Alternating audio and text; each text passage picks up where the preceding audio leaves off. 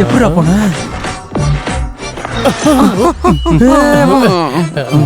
எவ்வளோ?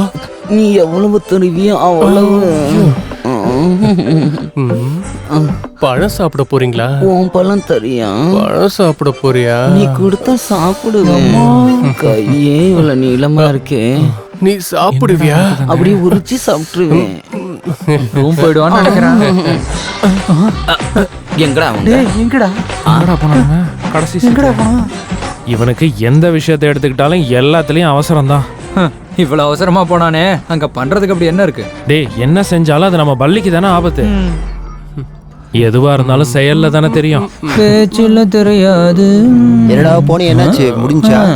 டே சொல்லுடா, இன்னிங்ஸா டக் அவுட்டா? என்ன வச்சு செஞ்சுட்டாடா.